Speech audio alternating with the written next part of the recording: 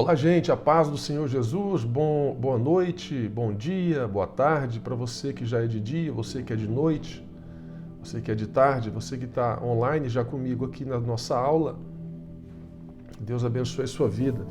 Toda quarta-feira, 8 horas da noite aqui na América, 10 horas da noite no Brasil, tem o nosso curso.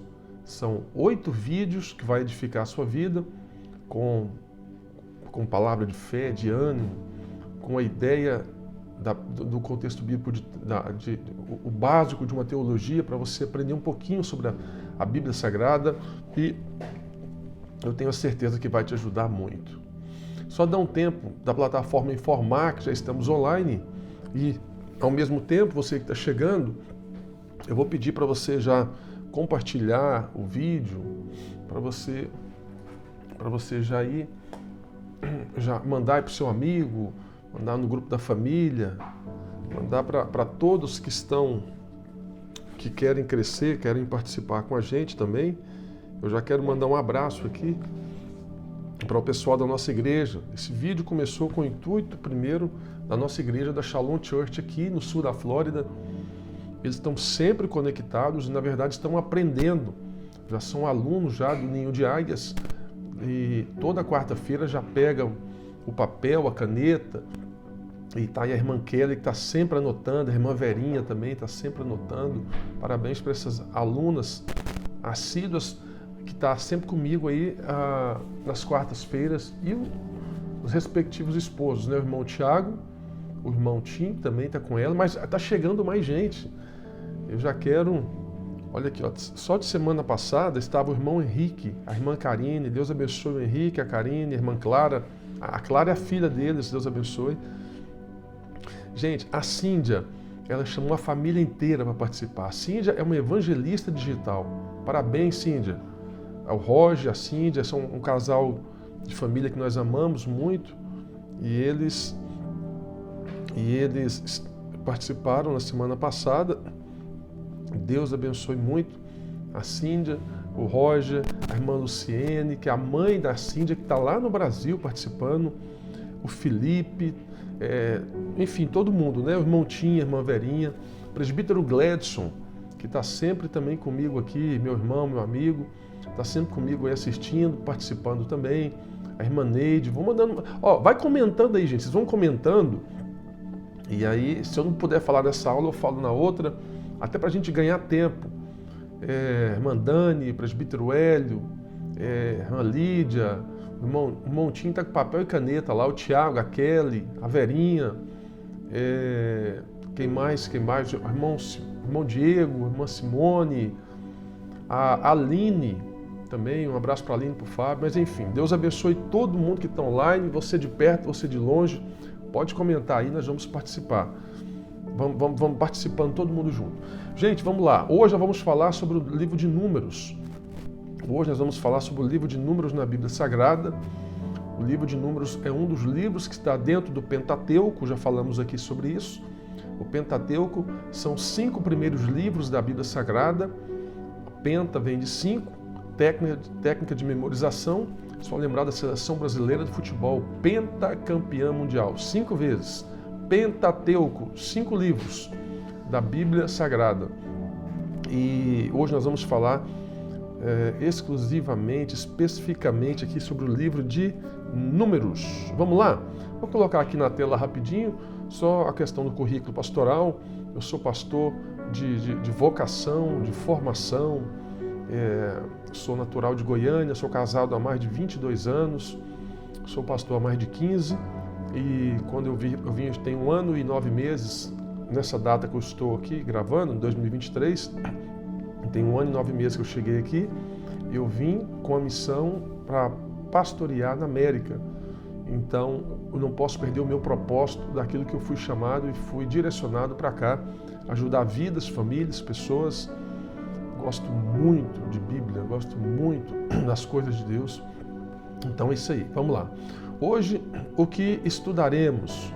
Vou colocar na tela para você ver o que nós estudaremos hoje.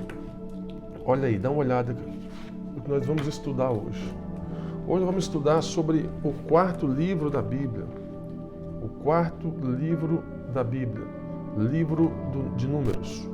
Quarto livro do Antigo Testamento. O livro de Números tem 36 capítulos. Ele foi escrito por Moisés. Eu fiz aqui a divisão em 5 partes para facilitar para quem for estudar. A primeira parte do livro de Números, você vai observar sobre a preparação dos israelitas para entrar em Canaã. Porque o livro de Números, gente, vai contar a história do povo no meio do deserto, ali se preparando para entrar em Canaã. A segunda parte fala sobre Moisés enviando os espias para espiar a terra, Canaã. A terceira parte fala da rebelião de muitos líderes que tiveram contra Moisés, que é muito interessante, muito importante isso aqui. A quarta parte fala da aliança entre os moabitas e os amalequitas, que queriam causar um mal dentro do conceito da própria nação de Israel naquele momento, naquela situação que eles encontravam. E o quinto fala da derrota dos midianitas e Balaão acaba morto. E também fala sobre Israel acampando nas planícies de Moabe, se preparando para entrar na terra de Canaã, né? Então, é isso aí sobre o nosso estudo de hoje. O livro de Números ele é um livro muito bom para ser estudado. Eu recomendo depois, e não agora, é claro, você lê o livro de Números. É um livro histórico, é um livro que vem contando muitos detalhes da saída do povo de Israel do Egito e vem contando muitos detalhes deles no trajeto, no deserto. Então, no livro de Números, nós vamos encontrar muitas coisas falando as experiências que eles tiveram no deserto, quando Deus manda eles sair do Egito. Então, nós vamos perceber muita experiência deles no meio do caminho, no meio do deserto, né? Já na sequência, vou colocar aqui na tela, eu coloquei aqui, alguns dados sobre o livro de Números, olha aí. Moisés, já falei, foi o autor. Quando foi escrito? Entre 1400 e 1440 a.C. E qual que é o propósito principal do livro de Números, gente? A mensagem do livro de Números é universal, ela é eterna. Ela relembra aos crentes da guerra espiritual no qual estão enganjados. Pois eu vou ler aqui como eu coloquei para vocês. Pois Números é o livro do serviço e do caminhar do povo de Deus. O livro de Números essencialmente preenche a lacuna entre os israelitas recebendo a lei, falamos um pouco disso no livro do Êxodo, né, e Levítico, e a sua preparação para entrar na terra prometida, que nós vamos ver sobre em Deuteronômio, sobre o comando de Josué. Então, o livro de Números vem detalhando, gente, muita coisa sobre isso, sobre o comando de Josué, sobre experiências que Moisés teve com o povo. Então, além de ser um livro histórico, que você vai aprender muita coisa lendo o livro de Números e aprendendo comigo aqui também, você vai aplicar muita coisa para a sua vida. Fazer uma aplicação das experiências que o povo teve, e talvez você possa passar alguma coisa semelhante ao que eles passaram. Você vai ver o cuidado de Deus, você vai ver ali o preparo que Deus permite, você vai ver que alguns cenários, Deus permite algumas situações que você fala, poxa, por que Deus permitiu isso? Mas tinha um porquê lá na frente. Aí você aplica para a sua vida, você vai perceber que tem momento na sua vida que era muito fácil Deus resolver. Por que Deus não resolveu? Deus permitiu para gerar uma experiência, para algo que você nem imagina acontecesse lá na frente e você não vai entender hoje. Primeiro passo nós vamos falar aqui rapidinho, nós vamos bem resumido, viu gente, que é muita coisa. Deixa eu colocar na tela aqui o contexto histórico do livro de Números. O livro de Números se passa aproximadamente 1 ano após a saída do povo de Israel do Egito.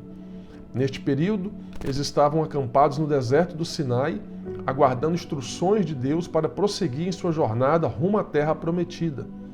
O livro registra os eventos que ocorreram durante esse tempo, incluindo a contagem do povo, a organização das tribos, a preparação para a conquista da terra de Canaã. Então, vamos lá. O livro de Números, a primeira parte que eu separei para nós aqui, o contexto histórico, Tem um ano que eles saíram do Egito. Então eles estão agora em direção à Terra Prometida. Mas já tem um ano que eles estão em movimento. Eles não pararam, estão andando ali. E é neste período, quando eles acampam ali na região do deserto do Sinai, eles ficam esperando as instruções de Deus para prosseguir em sua jornada, rumo ao destino que eles estavam indo. Agora, olha que lindo. Eles não agiram mediante o que eles queriam, ficou aguardando a orientação de Deus. Gente, isso aqui já é uma aplicação já. Ó. Pega a primeira aplicação. Desde aquela época, eles já tinham entendimento que eles não poderiam agir do jeito deles. Eles precisavam de uma orientação, até porque eles não sabiam para onde estavam indo. O deserto era muito grande. Deus era o guia deles, Deus era o GPS deles. Deus estava com eles, mas eles ficou aguardando. Olha aqui, a palavra aguardando aqui está dizendo que não foi de repente, foi aguardando. Então cabe para nós o seguinte: por que a gente não pode aguardar, às vezes, quando Deus quer nos dar algumas orientações? Algumas pessoas são muito ansiosas, elas estão no deserto, mas querem ir para qualquer lado. O perigo de você não aguardar uma orientação de Deus no deserto é você ficar rodando em círculos, é saber para onde não vai, não saber para onde vai, é ficar andando, você vai cansar e não chega em lugar algum.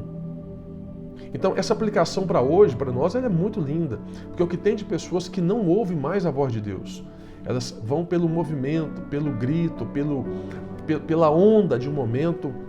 Então a gente já começa a aprender com eles que o esperar para ouvir a voz de Deus é muito mais importante do que a gente decidir o nosso próprio rumo, sem saber se Deus está por ali. Amém? Então o livro registra também a contagem do povo. Deus manda Moisés fazer um recenseamento, contar o povo. É ali que começa a organização das 12 tribos. As 12 tribos de Israel vai começar a se organizar aqui, nesse período também. E um detalhe interessante, a preparação para entrar na Terra Prometida. Ou seja, olha que aplicação para nós. Não é de qualquer jeito. Precisamos nos preparar para tomar posse daquilo que Deus nos deu. A Bíblia vem dizendo que estavam se preparando para entrar na Terra Prometida. O esperar, o preparar, o ir lá antes e ver o que tinha lá. Então é muito interessante esse livro. Na verdade, a Bíblia inteira, ela vem nos ensinando sobre o contexto histórico e, ao mesmo tempo, muita aplicação para a minha vida e para a sua vida. Então, você precisa preparar para tomar posse das promessas que Deus te deu. Você não pode sair de qualquer jeito, de qualquer rumo. É um perigo. Vamos lá, segundo, olha aí na tela. Segundo, a contagem do povo. Um dos principais eventos descritos no livro de Números é a contagem do povo de Israel. Deus ordenou a Moisés que fizesse um censo de todos os homens aptos para o serviço militar com idade a partir de 20 anos. Essa contagem tinha como objetivo organizar o povo em tribos e determinar a distribuição da terra quando eles chegarem a Canaã. Olha que interessante aqui. Essa questão do serviço militar já foi uma orientação do próprio Deus para Moisés lá no livro de Números. Então, se você buscar a raiz da origem disso, que foi um faraó, um governador, não, nada disso. A orientação de Deus com Moisés era que fizesse um censo e separasse homens a partir de 20 anos, deu até a idade. Hoje a gente sabe que é a partir de 18, né, no Brasil, mas no caso de Moisés aqui, foi a partir dos 20 anos de idade. Então, o segundo foi a contagem do povo. Terceiro, vou colocar na tela. Olha aí. O livro de Números descreve em detalhes as tribos de Israel e sua organização. Ao todo eram 12 tribos, cada uma delas representada por um líder. Cada tribo tinha sua própria bandeira e acampamento, e todas elas estavam sob a liderança de Moisés e Arão. Essa organização era fundamental para a ordem e a estrutura do povo de Israel durante sua jornada no deserto. Gente, olha que lindo. O que a gente aprende aqui? Nós vamos aprender que quando chega no terceiro ponto, a divisão das tribos, a organização das tribos, eram 12 tribos, cada uma tinha um líder. Então essa ideia de liderança, ela não é de hoje, ela é antiga. E ao mesmo tempo, eles tinham a bandeira deles, tinham o acampamento deles, e todos eles estavam sob a liderança de Moisés e Arão. Então, quando você vê alguém que não é sujeito à autoridade, ele está fora do princípio de Deus, princípio bíblico. O princípio de autoridade é um princípio bíblico criado por Deus. Quando você vê um crente que não quer ter autoridade, ou que não quer ficar debaixo de autoridade, cuidado. Vou falar uma coisa para nós aqui, gente. Cuidado com pessoas que falam, eu não preciso de igreja, eu sou a igreja. Ele não conhece nem de Bíblia quando ele fala isso. Não, agora eu sou minha autoridade. Não é autoridade. Ele é membro, ele é parte de um corpo. Se ele está fora do corpo, ele é um membro amputado. Aqui na América, para quem está no Brasil e aqui na América, mas aqui na América eu percebi que existe um fenômeno eclesiológico do sem igreja. A pessoa começa a orar na casa, começa a cantar na casa, começa a fazer culto na casa. Eu não estou falando daqueles que começam algo de uma forma certa, estou falando daqueles que não querem ficar debaixo de autoridade, de liderança. Aqueles que não aceitam estar debaixo, cuidado para você não ficar colocando a sua cabeça debaixo de mãos amaldiçoadas. Tem gente aqui, tem gente em qualquer lugar do mundo que não ceia, não presta conta de nada, é só ele. O princípio de autoridade, de liderança, foi quebrado por quem, gente? Por Lúcifer. Então, quando você vê alguém que fica batendo de frente com o pastor, com a igreja, rejeitando o conceito de igreja, sabe como que chama isso aí? Síndrome luciferiana. Resiste às autoridades. Resiste às autoridades. Eu venho de uma escola de liderança no Brasil e de formação no Brasil, e uma das melhores do Brasil, e eu aprendi muita coisa sobre isso. Honrar a liderança, estar debaixo da liderança, entender a liderança, a não ser que a liderança não quer que a gente fique lá. Agora, se a liderança falar, não te quero aqui, aí você vai procurar outra liderança para você estar junto aqui. Por exemplo, aqui na Shalom Church, quem que é a nossa liderança espiritual aqui? Pastor João Batista. Pastor João é a nossa liderança. Ele não atua diretamente aqui na Shalom Church, Flórida, na nossa, mas ele tem um poder como pastor sobre a igreja.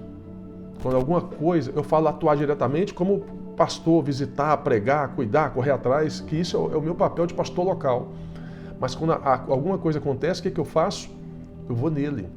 Eu peço para ele orar por mim. Eu peço para ele orar para a igreja. Porque a autoridade está com ele.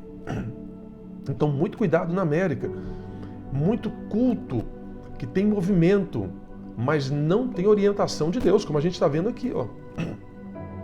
Muita gente levando gente para lugar que, na verdade, a pessoa não tem nem estrutura nenhuma. Eu vou dizer uma coisa para nós aqui, gente, para a gente aprender. A gente está numa aula. Tem muita gente que sai do Brasil como auxiliar de igreja e ele parece que é ungido pastor dentro do avião da TAM. Então ele sai como auxiliar e ele desce aqui como pastor. Você pergunta, você fez curso, treinamento de liderança, alguma coisa? Eu já ouvi a gente me falando que tem liderança que trata a gente aqui como se fosse um animal, é ríspido, mal educado, não sabe conversar, não sabe resolver problemas. Então a gente precisa tomar muito cuidado na questão de quem vai colocar a mão na sua cabeça. O lugar que você está indo, mas a mulher é usada por Deus, o homem é usado por Deus. Não confunda dons com frutos. Jesus disse assim, a árvore que não der fruto, corta e joga no fogo. Ele não falou dom. Dom pode ser irrevogável. O que a gente precisa gerar é frutos. Frutos. Não olha para o dom do Carlos Maia, você tem que olhar para o fruto do Carlos Maia. Qual que é meu fruto? Como que eu sou com a minha esposa? Como que eu sou com quem eu compro? Eu pago certinho? Como que eu sou com as minhas palavras? As minhas palavras têm substância, as minhas palavras são seguras. As suas palavras, como que elas são? A sua vida. Isso é fruto. Fruto é o resultado daquilo que você faz. E mais do que isso, gente, fruto, o resultado do que eu faço bom, não sou eu que tenho que ficar justificando, são as pessoas que estão à sua volta. Beleza? Deu para pegar mais ou menos um pouquinho aqui? Então, a liderança que está com Moisés e Arão vai começar em Números e depois a gente vai perceber que eles vão ter uma resistência com Moisés e Arão. Lá na frente. Vamos lá, número 4. Número 4, eu vou ser bem rápido aqui para a gente ganhar tempo, gente. O número 4, no livro de Números encontramos uma série de leis e regras que Deus deu ao povo de Israel. Essas leis abrangem diversos aspectos da vida cotidiana, como rituais religiosos, sacrifícios, pureza cerimonial, punições para crimes e responsabilidade dos líderes religiosos. Essas leis tinham como objetivo estabelecer a ordem e a santidade do povo de Israel, bem como fortalecer sua relação com Deus. Gente, olha aqui, isso aqui é mais ou menos, trazendo para hoje, seria como uma visão que Deus está dando para o povo, a visão de orientação, o que eles deveriam fazer e o que não deveria fazer, como deveriam agir e como não deveria agir. Então, quando a igreja fala sobre visão, está falando sobre aquilo que Deus deu, a liderança, sobre aquilo que Deus deu para quem está ali na frente, aquilo que Deus deu para o povo local ali. Por isso que é estranho demais e não é bíblico, não é bíblico. Alguém, por exemplo, eu vou usar um exemplo comigo hipotético, mas você pode usar ele aberto com você. Eu sou o pastor da igreja. Alguém chega para mim e fala assim, pastor, eu estava orando e Deus falou que a partir de hoje não é para eu servir mais água mineral, é para servir Coca-Cola para o pregador e para o povo. Aí eu pergunto, irmão ou irmã, mas como assim? Ela, não, Deus me falou, Deus falou para mim que eu só tenho que fazer isso. Parei, gente. Se eu sou o anjo da igreja, por que Deus não falou comigo? Alguma coisa está errado aí. Por que Deus tem que... É tipo assim, o seu filho, se ele pode falar com você, por que ele vai mandar um recado pelo seu pai? Eu estou falando para a mãe, você tem um filho, vocês moram na mesma casa. Se o filho tem acesso a você, por que você não fala direto com ele? Aquilo que é importante. Então, às vezes, a pessoa tem que tomar cuidado para ela não agir pela emoção e colocar Deus na emoção dela. Às vezes ela quer mudar o estado do momento, a visão da igreja, a visão do ambiente, mudar o que está ali. Existem ajustes dentro da visão. Agora, mudar a visão, porque, pastor, Deus mandou só pintar as paredes de rosa, porque o rosa é feminino e a igreja tem muita mulher. Opa, parei. Por que Deus não falou isso para mim? Então, a gente precisa ser sábio, até para ter entendimento bíblico. Se Deus tem acesso direto com o filho, por que ele manda recado para alguém? Agora, existe caso e caso. A gente sabe que Deus pode usar profetas. Deus usa profetas que não é referente à visão, é referente a alguma situação na igreja. E a profecia, ela vem para exortar, para avisar, para dar livramento, para informar. Então, são vários aspectos de aplicação da profecia. Eu estou falando no contexto de visão no contexto de visão e no contexto de liderança. Tá bom? Então, número 5, vamos lá. Número 5. Uma das tribos de Israel eram os levitas. Eles desempenhavam um papel especial no serviço religioso. Eles eram responsáveis por cuidar do tabernáculo, o local onde Deus habitava no meio do povo, e por realizar os rituais e sacrifícios. Os levitas não receberam uma porção da terra como as outras tribos, pois sua herança era o serviço do Senhor. Então, os levitas, olha que interessante, eles eram esses que organizavam a igreja. Chegavam antes, organizavam a igreja, fazia tudo que tinha que ser feito. A ornamentação do tabernáculo, era eles que faziam. Hoje, seria o que? Os levitas. Vamos colocar os músicos. Os músicos só chegam, cantam, vão embora. Dependendo do local, a igreja, o músico não fica nem dentro da igreja. Não é o caso da nossa igreja. Nossa igreja é diferente. Parabéns aos músicos da nossa igreja. Mas em alguns casos... Deixa eu aumentar o brilho aqui. Alguns casos, gente, os músicos, os levitas, na Bíblia, eles que tomavam conta de tudo. Eles que ornamentavam, cuidavam, se organizavam o tabernáculo para, como já era uma das regras da época, então ficava por conta dos levitas. Vamos lá, número 6, olha aí. O livro de Números relata a rebelião de Corá.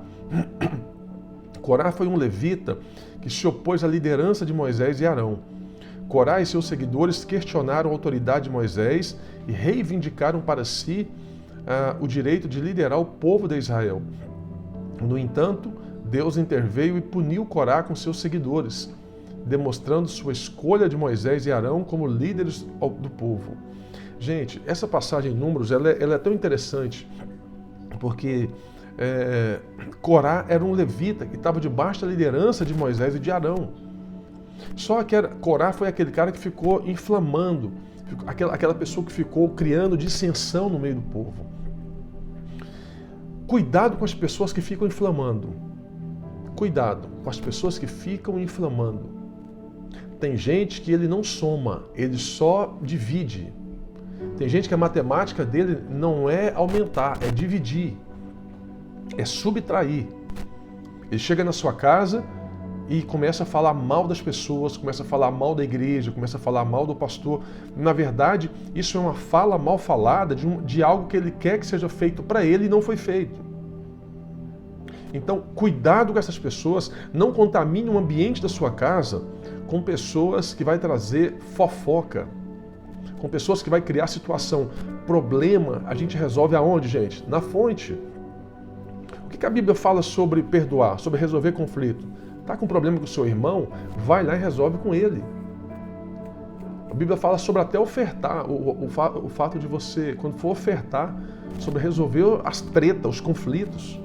Então, mas sabe o que chama mais atenção? Não é o fato da pessoa entrar na casa de alguém para falar mal de alguém. O que chama mais atenção é por que essa pessoa teve liberdade com você de falar algo tão detalhado que não pode falar para outro. Eu aprendi uma coisa, quanto mais Pedro fala para mim sobre Paulo, mais eu conheço não é de Paulo, mas eu conheço é sobre Pedro. Quanto mais o fofoqueiro fala para mim de outra pessoa, eu não estou conhecendo o podre da outra pessoa, eu estou conhecendo mais sobre a conduta do fofoqueiro. Cuidado para você não ser levado por pessoas. É só você analisar a vida da pessoa. Quem é essa pessoa em Deus? Quais são os frutos que essa pessoa gera? O bom é que você vai identificando já as pessoas.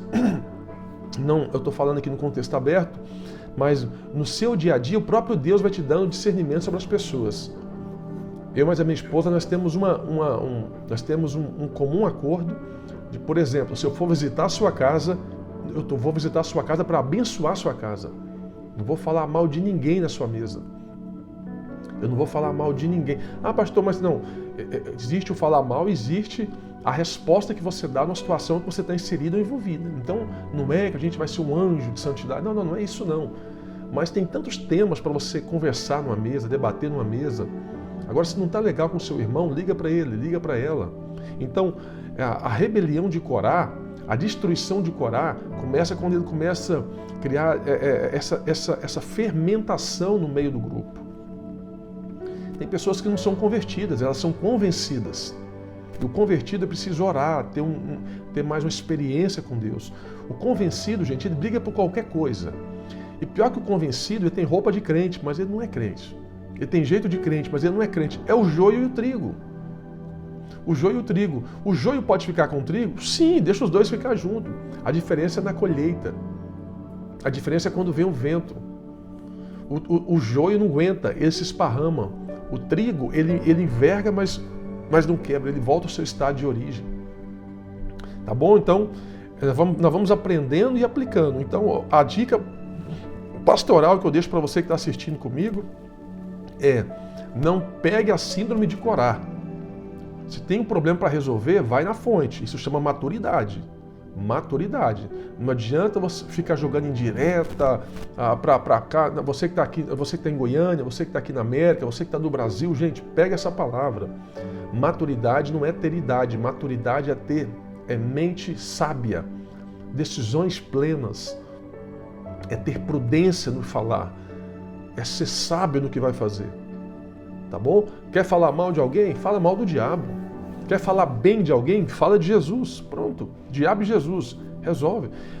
Tem momento que eu penso que o diabo fica batendo palma. Porque tem gente aqui na terra fazendo o papel dele. Tem momento que o diabo fica batendo palma porque tem gente na terra fazendo o papel do diabo.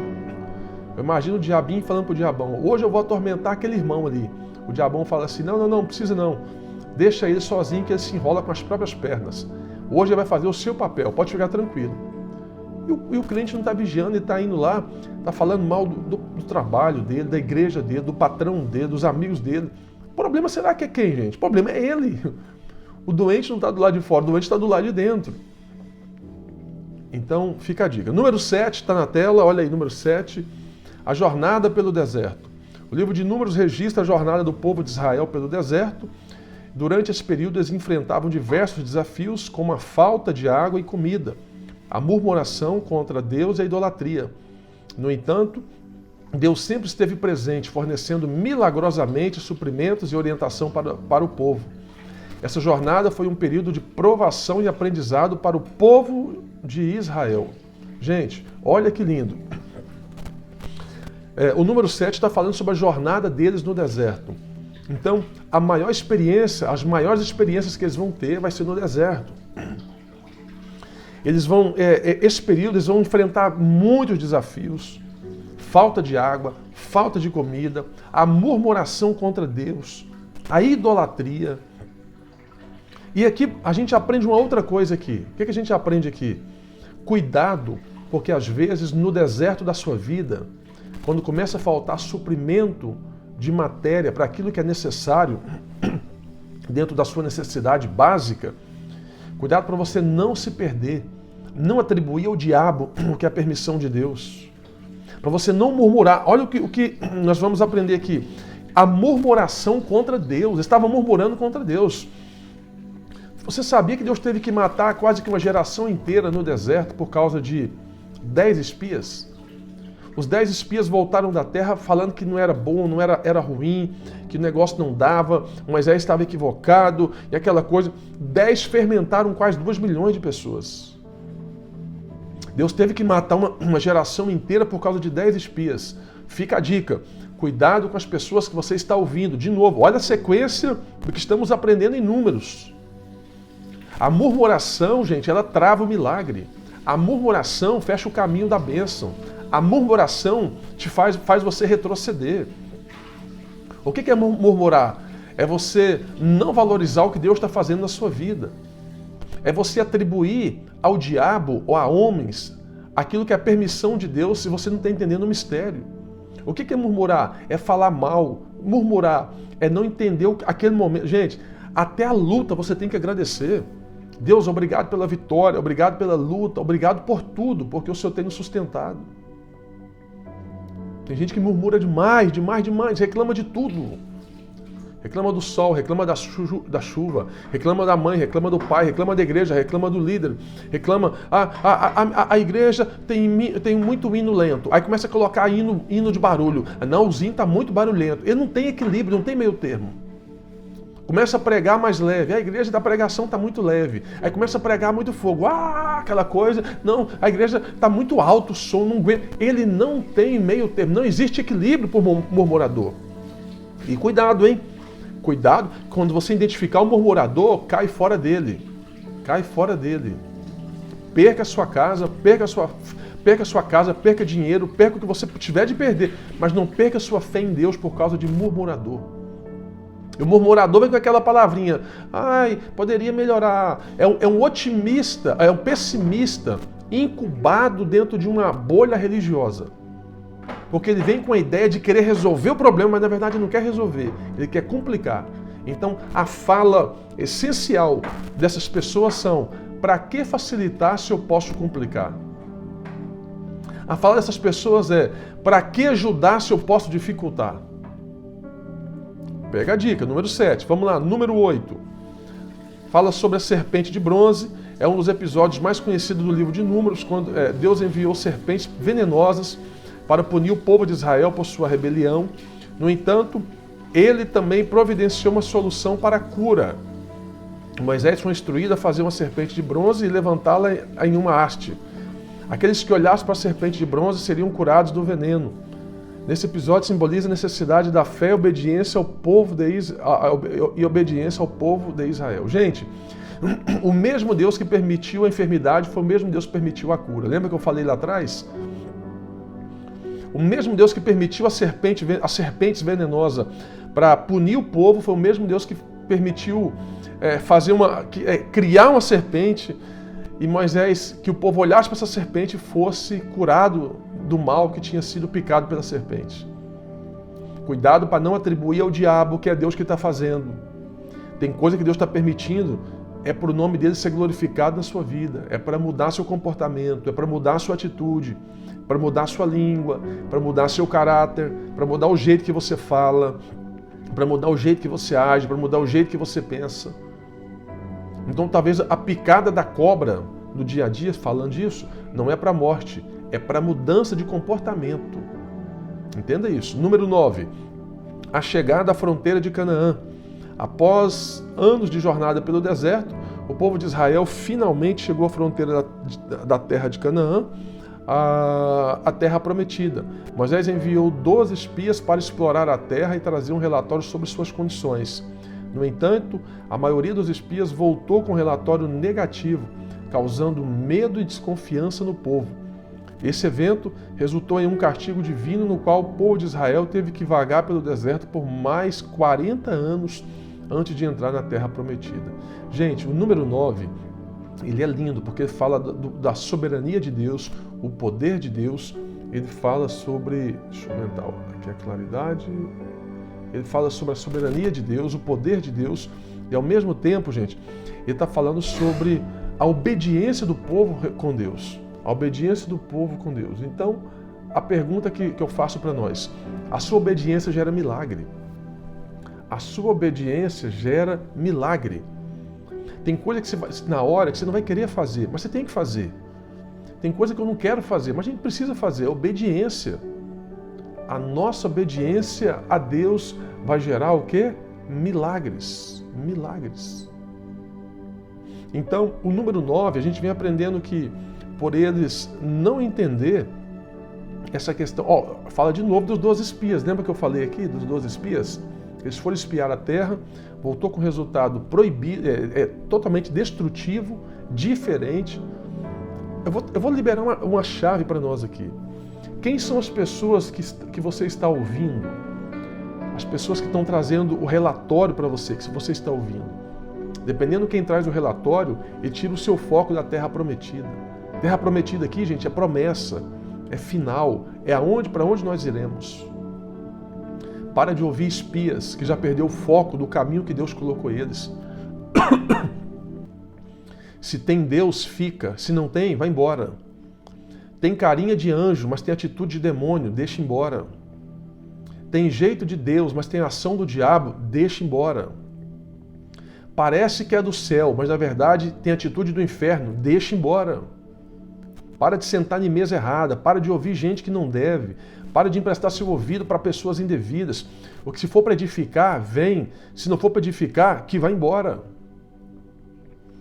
Então, geralmente, quem vem com a ideia para quebrar, para tirar o foco do céu, ele vem reclamando, murmurando, ele vem fazendo muita coisa daquilo que não vem de Deus. A gente tem que ganhar tempo, hein? Vamos lá, só tem o número 10 agora, só tem mais 2, viu? São 12. Número 10, vamos lá, olha aí. O livro de Números registra a morte de Moisés antes que o povo de Israel entre na terra de Canaã. Deus permitiu que Moisés visse a terra de longe, mas não lhe permitiu entrar nela devido a um incidente anterior de desobediência. Moisés transmitiu a liderança para Josué, seu sucessor, e morreu aos 120 anos de idade. Sua morte marca o fim de uma era e o início de uma nova fase na história do povo de Israel. Moisés não entrou na terra de Canaã. Moisés morreu com 120 anos. Então, Deus permitiu Moisés ver a terra de longe, mas ele não entrou. O que eu aprendo aqui?